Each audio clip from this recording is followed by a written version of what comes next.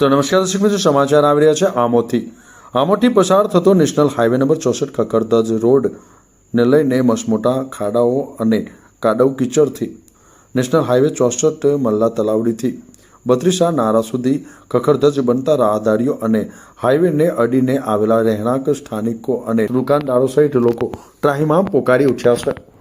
થોડા દિવસ પહેલા જ મુખ્યમંત્રી દ્વારા ગુજરાતભરમાં ઠેર ઠેર ખાડાઓ પૂરવાનો આદેશ આપવામાં આવ્યો હતો, પરંતુ ભરૂચ માર્ગ મકાન વિભાગ દ્વારા આમોદના ખાડા પૂરવામાં કેમ નથી આવતા?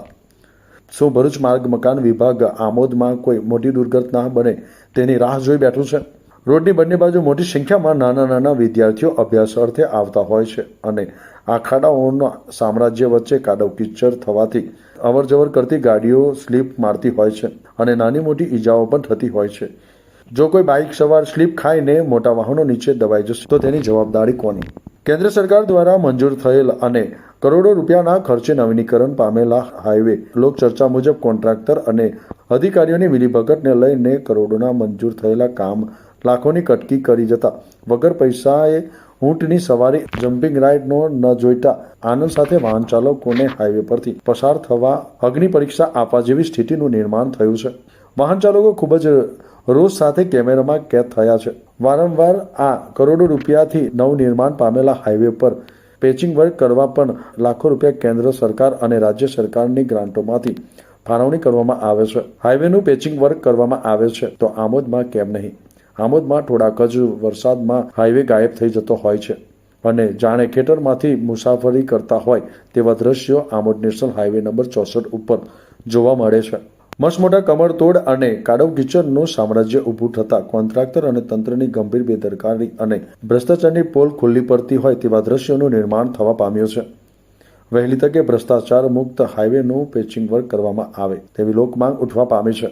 અત્રે ઉલ્લેખનીય છે કે ગત થોડા દિવસો પહેલા જ આમોદ તાલુકા કોંગ્રેસ પ્રમુખ નરેન્દ્ર પટેલે હાથમાં કમરનું ચિહ્નના હોર્ડિંગ લઈને હાઈવે પરના કીચડવાળા ખાડાઓ માટે હોદ્દેદારો અને સમર્થકોને વચ્ચે બેસી ગયા હતા અને અનોખો વિરોધ પ્રદર્શન કર્યો હતો।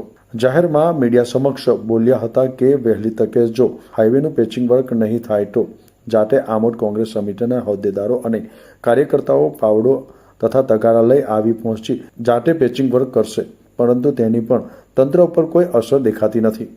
જાવેદ મલિકનો report, news today, Amod. Malik Adil, કેવું લાગે છે આ રોડ પર તમને નેશનલ હાઈવે 64 પર મુસાફરી કરી? જીવનો જોખમનો રસ્તો છે આ સાહેબ। ના ખાડામાંથી જે વરસાદમાં પહેલા વરસાદ ત્યાં ધોવાઈ ગયેલું છે, 1 ફૂટ જેટલા ઊંડા ખાડા છે સાહેબ। તો જીવના જોખમમાં મુસાફરી કરીએ છીએ અમે। આ આમોદની સરકારને અમારે ખાલી આટલી અપીલ છે કે જલ્દથી જલ્દ આ ખાડા પૂરીને વ્યવસ્થિત રસ્તો કામગીરી જે થાય તે ચાલુ કરે સાહેબ, આટલી માંગણી છે અમારી। 1 ફૂટ જેટલા આજુબાજુમાં ગટરો બી આવી છે, ગટરો બી તૂટીને એ થઈ ગયેલી છે। આ કોઈનો જીવ ગટર તૂટીને અંદર પડે તેની રાહ જોઈ રહ્યા છે આ લોકો। કેટલા સમયથી આ ખાડા અને કાદવ કીચડ જુઓ? આ જ્યારે બી વરસાદ પડે સાહેબ તે પહેલા જ વરસાદ ત્યાં કામ આવું ખાડા પડવાનું ચાલુ થઈ જાય છે સાહેબ।